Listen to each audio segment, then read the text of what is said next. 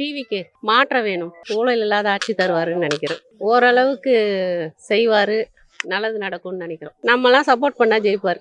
இளைஞருங்களாம் எங்களை ஓட்டு போட சொல்கிறாங்களே, இளைஞர்கள் சப்போர்ட் அவருக்கு இருக்குது. என் மகன் என்னை வந்து டிவிக்கு போடுன்னு சொல்கிறான்ல, அப்போ நாங்கள் அதுக்கு போடுவேன்ல. என் மகன் பேச்சை நான் கேட்பேன்ல, வருவாருன்னு நினைக்கிறேன். டிஎம்கே வந்து நல்லா இருக்குன்னு நினைக்கிறேன் நான். காரணம் நிறைய நல்லாட்சி நடக்குது, நிறைய மக்களுக்கு பொதுமக்களுக்கெல்லாம் நிறைய நல்லது செய்கிறாங்க. அதனால் டிஎம்கே வந்து அது நல்லா இருக்குன்னு நினைக்கிறேன். டிவிக்கு வர்றது இப்போ தானே வந்திருக்கிறாரு, இனிமேல் அது என்னன்னு பார்ப்போம். அவர் என்ன நலத்திட்டங்கள் அறிவிக்கிறாரு, அதை பார்த்துட்டு அது என்ன எதுன்னு பார்க்கலாங்க. நிறைய கண்டிப்பாக இருக்குது, அவங்களுக்கு இளைஞர் ஆதரவு நிறைய இருக்குது, நம்மளை இல்லைன்னு சொல்கிறதுக்கு இல்லை. இவங்க வந்துட்டு அவர் என்ன செய்ய போகிறாருன்னு ஃபஸ்ட்டு தெரிஞ்சால் தானே அதை பற்றி அடுத்தது பண்ண முடியும். நம்ம டிஎம்கே தான். ரெண்டையும் தாண்டி ஏடிஎம்கே. அதாவது வந்து அம்மாவனுடைய திட்டத்தை பூரா எடப்பாடியார் வந்து நிறைவேற்றிக்கிட்டு இருந்தார். இப்போ இருக்கவங்க வந்து அந்த அம்மாவோட திட்டத்தை அப்படியே மாற்று பேரில் எல்லாத்தையும் பண்ணிக்கிட்டு இருக்காங்க. அதையும் முழுசாக பண்ண மாட்டேங்காங்க. மாதத்துக்கு ஒரு திருப்பு கரண்ட் பில்லு கொண்டு வரணும்னு சொல்லி சொன்னாங்க. இது வரைக்காச்சும் அவங்க ஆட்சியே முடிய போகுது, இது வரைக்கும் ஒன்றுமே பண்ணலை. அதை பற்றி 1000 ரூபாய் பொம்பளைக்கு கொடுத்துட்டு 5000 ரூபாய் இங்கேருந்து பிடிங்கிடுறாங்க எங்ககிட்ட இருந்து. ஒரு குடும்பத்துக்கு 1000 ரூபா கொடுத்துருக்காங்க. இப்போ என் வீட்லேயோ இல்லை என் நண்பன் வீட்லேயோ 1000 ரூபா கொடுத்துருக்காங்கன்னு வச்சுக்கோங்களேன். கொடுத்துட்டு 3000 அந்த வேறு பக்கமாக பிடிங்கிறாங்க. அதில் என்ன பிரயோஜனம் இருக்குது? அதனால தான் மீண்டும் எங்கள் தலைவர் எடப்பாடியோட ஆட்சி வந்தால் ரொம்ப நல்லாயிருக்குன்னு நான் ஆசைப்பட்றேன். டிவிக்கு விஜய் கட்சியில் ஓட்டு போடுறதுக்கு யார் இருக்கா? ஓட்டு உள்ளவங்க யார் இருக்கா? இளைஞர்கள்லாம் எத்தனை வயசில் உள்ளவங்க இருக்காங்க? எந்த பூத்தில் அவங்களுக்கு உட்காந்து வேலை பார்க்குறதுக்கு ஆள் யார் இருக்கா? பூத்தில் உட்காந்து வேலை பார்க்குறதுக்கு ஆள் இருக்கா? அதிமுக திமுக ரெண்டே இதுதான். 2 இதில் மட்டும்தான் ஒரு சாதாரண கிராமத்திலேருந்து நகரத்து வரைக்கும் ஆள் இருக்குது. வேறு எந்த கட்சியிலும் ஆள் கிடையாது. எடப்பாடியார் தான் வருவார். டிவிக்கே தான் ப்ரோ. என்ன ப்ரோ இது வரைக்கும் என்ன பண்ணிட்டாங்க? 2 ஆட்சி வந்து டிஎம்கே டிவிக்கே வந்தால் நல்லா பண்ணுவாங்க. டிஎம்கே ஏடிஎம்கே வந்துட்டு என்ன பண்ணாங்க? இப்போ என்ன பண்ணிட்டு இருக்காரு அதுதான் நல்லா பண்ணுவார். இது வரைக்கும் அவர் சொந்த காசு போட்டு தான் பண்ணிட்டு இருக்காரு. இவங்கெல்லாம் வந்து மக்களோட பணத்தை பிடுங்கி 2 இதுவுமே அப்படி தான் பண்ணிட்டு இருக்காங்க. அவர் சொந்த காசை போட்டு பண்ணிட்டு இருக்காரு. ஜெயிக்கிறாரோ இல்லையா ப்ரோ, சப்போர்ட் அவருக்கு தான் ப்ரோ. ரசிகர் மட்டும் இல்லை ப்ரோ, எல்லாருமே இளைஞர்கள் எல்லாருமே அவங்க பண்ணுவாங்க ப்ரோ.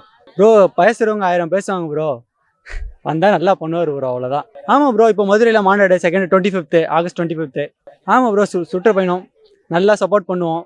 அமைப்பாருன்னு சொல்ல முடியாது ப்ரோ, அமைப்பாருன்னு தான் உறுதி. டிஎம்கேன்னு அவங்க தான் இன்ஃப்ராஸ்ட்ரக்சர் டெவலப் பண்ணுவாங்க. எக்ஸ்பீரியன்ஸ் எல்லாமே அவங்க தான் நல்லாயிருக்கும். இல்லை சொன்னது மேக்ஸிமம் பண்ணிட்டாங்கண்ணே, பண்ணாமலாம் இல்லை.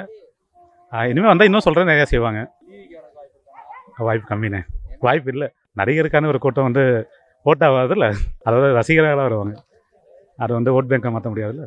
ஸ்டாலின் வருவார். டிவிக்கு புதுசாக வராப்பில்ல, 25 26 வராப்பில்ல. ஆனால் வந்தால் நல்லா இருக்கும் பார்க்கணும். வந்தால் நல்லா செய்வாப்புல, நிறைய பேர் இருக்காப்புல. அவன் ஃப்ரெண்டு இருக்காப்புல, அவரும் அதுதான். இல்லை அது நமக்கு அது வேணாம். அது நமக்கு வந்து டிவிக்கு விஜய் தான். டிஎம்கே வந்தால் நல்லாயிருக்கும். நிறைய செஞ்சுருக்காங்க. எங்கள் ஏரியாவுக்கெல்லாம் நல்லா செய்கிறாங்க. எங்களுக்கு வட்டச்செயலாளர் நல்லவங்க, கவுன்சிலர் நல்லவங்க. எங்கள் ஏரியா சூப்பர், நல்லாவே எல்லாமே பக்காவாக பண்ணுறாங்க. 1000 ரூபாய் கொடுக்குறாங்க. அதுங்களுக்கு எல்லாம் வயசானவங்களுக்கு யூஸ்ஃபுல்லாக இருக்குங்கிறாங்க. பஸ்ஸு ஈஸியாக இருக்குங்கிறாங்க. பிள்ளைங்க படிப்புக்கு 1000 ரூபாய் கொடுக்குறது ரொம்ப யூஸ்ஃபுல்லாக இருக்குதுங்கிறாங்க. நல்லா பாலம் கட்டுறாங்க. நிறைய செஞ்சிட்டே இருக்காங்க. அடுத்தது அவர் தான் வரணும்னு எதிர்பார்க்குறாங்க எல்லாருமே. அது சொல்ல முடியாது. எங்களுக்கு தளபதி வந்தால் போதும். முக ஸ்டாலின். விஜய் வந்து எப்படின்னு தெரியாது. இப்போ தான் ஒரு கண்ணுக்குட்டி, இப்போ தான் படி எடுத்து வைக்கிறாரு. அவங்க கூட இருக்கிறவங்க எப்படி வந்து கடைப்பிடிக்கணும்னு தெரியாமல் பிடிச்சிட்டு இருக்காங்க. அதனால் அது அவரோட விருப்பம். அது எப்படின்னு இது முக ஸ்டாலின். கண்டிப்பாக டிவிக்கு தாங்க. நான் டிவிக்கு வந்து யாருன்னா விஜய் தான், நடிகர் விஜய் தான். அவங்க வந்து எல்லாரும் சொல்லலாம் டிஎம்கே ஏடிஎம்கேன்னு. ஆனால் அப்போலேருந்தே பார்த்துருக்க ஒரு புதிய மாற்றம் வேணும்ல. கண்டிப்பாக டிவிக்கு தாங்க ஓட்டு போடுங்க எல்லாரும். உங்களுக்கு ஈஸியாக சொல்லிடலாம், நடிகர் தானே ஜெயிச்சா என்ன பண்ண போகிறான்னு. அப்படிலாம் கிடையாதுல்ல. ஒருத்தவங்க வாய்ப்பு கொடுத்தோன்னா பார்க்கணும். கண்டிப்பாக டிவிக்கு தாங்க. வந்து என்ன பண்ண இவ்வளோ நாள் என்ன பண்ணிக்கிட்டு இருக்காங்க எல்லாரும்? நீங்களே சொல்லுங்களேன். எதுவுமே பண்ணல தானே. அப்போ ஏதாச்சும் பண்ணி தானே ஆகணும். அப்போ புதுசாக பண்ணுவோம். நாங்கள் பண்ணுறோங்க, நாங்கள் பண்ணுறோன்னு சொல்கிறோம். நீ நம்பி பின்னாடி வாங்க, அவ்வளோதான் போதும். வேறு எதுவும் வேணாம். வந்தோடனே ஜெயிச்சிருவோம்லாம் கிடையாதுங்க. ஒரு வாய்ப்பு கொடுத்தா தானே. ரசிகர்கள்னு பார்க்க வேணாங்க. ரசிகர்களையும் தாண்டி இப்போ வந்து தொண்டர்களை மாறிட்டோம்ல. இவ்வளோ நாள் நடிகராக இருந்தார், இப்போ அரசியல்வாதி தலைவராக இருக்கார். நாங்கள் அவருக்கு ரசிகராக இருந்து தொண்டராக இருக்கிறோம். இதுவும் ஒரு அரசியல் கட்சி தானே. எவ்வளோ நாள் ரசிகர் கூத்தாட்டின்னு சொல்லிக்கிட்டு இருக்க முடியும்? இப்போ தலைவராக மாறிட்டாங்களா? கண்டிப்பாக ஓட்டு போடுங்க. கண்டிப்பாக டிவிக்கு தாங்க, மாற்றமே இல்லை. டிவிக்கு தான். நீங்களும் ஓட்டு போடுங்க, நாங்களாம் ஓட்டு போடுறோம். எல்லாருமே ஓட்டு போடுங்க. எங்களை ஜெயிக்க வச்சுருங்க. நாங்கள் நல்லா பண்ணுறோம். நம்பிக்கையோடு இருங்க. கண்டிப்பாக ஜெயிச்சோம்னா நல்லா பண்ணுவோம். டிவிக்கே தான் நான் விஜய் ரசிகன். தமிழ்நாட்டுக்கு மாற்றம் வேணும்னு நினைக்கிறேன். டிஎம்கே எதுவும் எனக்கு தெரிஞ்ச வரைக்கும் எதுவும் பண்ணல அவ்வளோவா. சரி, விஜய் வந்தால் நல்லாயிருக்கும். நல்ல மக்களுக்கு நல்லது பண்ணுவார். அதனால தான் 250 கோடி சம்பளத்தை விட்டு வராரு. நல்லது பண்ணுவார்னு நினைக்கிறேன். நம்ம எல்லாரும் அவருக்கு தான் சப்போர்ட் பண்ணோம். இப்போது பார்ப்போம். வந்தோடனே 50-50 சான்ஸ் இருக்குது. பார்ப்போம். அதெல்லாம் என்ன நினைக்கிறீங்க? நான் டிவிக்கே தான் வரணும்னு நினைக்கிறேன். அவர் வந்து ஒரு பெஸ்ட்டு கரியர்லேருந்து இப்போ இதுக்கு வரார் அரசியலுக்கு.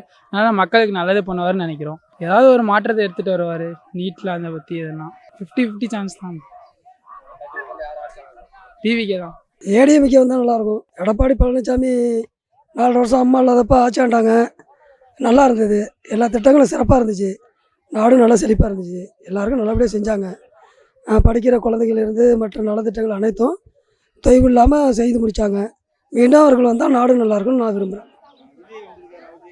விஜய் அண்ணா இப்போ இளைய தலைமுறைக்காக வந்திருக்காங்க. அவங்க வர்றதெல்லாம் நம்ம இந்த மாற்று கருத்தும் சொல்ல முடியாது. அது மக்கள் கையில் தான் இருக்குது. டிஎம்கே வர்றதுக்கான வாய்ப்புகள் குறைவு தான். என்னுடைய மனசை பொறுத்தளவுக்கு எடப்பாடி பழனிசாமி அமைக்கிறதுக்கு நிறையா வாய்ப்புகள் இருக்குது. விஜய் சார் வந்தால் கொஞ்சம் நல்லாயிருக்கும். கொஞ்சம் மக்களுக்கு நல்லா பண்ணாருன்னா கொஞ்சம் சப்போர்ட் ஆகும். கொஞ்சம் விலைவாசியெல்லாம் கொஞ்சம் கம்மி பண்ணணும். ஜெயிச்சிருவார். கண்டிப்பாக ஜெயிச்சிருவார். அதில் விஜய் சார் கொண்டு வருவார். கண்டிப்பாக வரும். விஜய் தான் வருவார். இந்த எலெக்ஷன் பொறுத்த வரைக்கும் யாருன்னே சொல்ல முடியாது. 2026 பொறுத்த வரைக்கும் ஒரு எதிர்பார்ப்போட தான் இருக்கும். அது கிளைமேக்ஸில் தான் தெரியும் கண்டிப்பாக. ஏன்னா கூட்டணி இப்போ வரை யாரோடய ஃபைனலில் 2026 கடைசியில் எப்போ தேர்தல் சொல்கிறாங்களோ அந்த ஸ்டார்டிங் வரைக்கும் அது அப்படி தான் இருக்கும். ஒரு கடைசி வரைக்கும் மக்களை ஒரு குழப்ப நிலையில் தான் வச்சுருப்பாங்க. அதுதான் உண்மை. டிவிக்கே வந்து கூட்டணி பொறுத்து அமையும். 2026 வரைக்கும் யாரும் கன்ஃபார்மாக சொல்ல முடியாது. அது பல அரசியல் வியூவில் யாராக இருந்தாலும் சரி கன்ஃபார்மாக சொல்ல முடியாது. அது உண்மை. யார் வருவாங்கன்னு கிடைக்க முடியாத ஒரு சூழ்நிலை தான் இருக்குது. எது வந்தாலும் மனுஷனுக்கு வந்து நிம்மதியும் சந்தோஷமும் கிடைக்கிற வாழ்க்கை தான் நிம்மதியான வாழ்க்கை. அந்த வாழ்க்கைக்கு எது முக்கியத்துவம் கொடுக்குறாங்களோ, யார் அதுக்கு ஊழியம் பண்ணி நல்ல உண்மையான வேலையை செய்கிறாங்களோ அவங்க வந்தால் இந்த நாடு உருப்படும். நாடு வந்து நல்லா இருக்குன்னு தான் எல்லாரும் நான் நினைக்கிறோம். விலைவாசிகளை குறைச்சா ஜனங்களுக்கு, பொது ஜனங்களுக்கு ரொம்ப உண்மையாக நடத்துகிறவங்களுக்கு அவங்களுக்கு ஆன்சர் சொல்லலாம். ஆனால் அதை விலைவாசி ஏற்றுறவங்களுக்கு அது சொல்கிறதுக்கு பொருந்தாது. இதையும் கடந்து போன்னு சொல்கிற வாழ்க்கை எதுக்கு சொல்லுங்கள்? நீங்களே சொல்லுங்கள். ஜனத்தொகை அதிகமாகுது, ஆனால் விலைவாசி ஏன் குறையல? இது காரணம் என்ன? மக்கள் இல்லை. மக்கள் நாங்கள் ஓட்டு போடுறோம் உங்களை நம்பி. ஆனால் அந்த ஓட்டு போடுறதுக்கு நீங்கள் என்ன செஞ்சீங்க? எங்களுக்கு 1000 ரூபா பணம் இலவசமாக கொடுத்துட்டு 10,000 ரூபா விலைவாசி ஏற்றுறீங்க. அது எதுக்கியா யூஸு? நல்லதை நல்ல எண்ணத்தோடு செய்கிறவங்களுக்கு ஜனங்களுக்கு எல்லாருமே நம்பி இறங்கி ஓட்டு போடுவாங்க.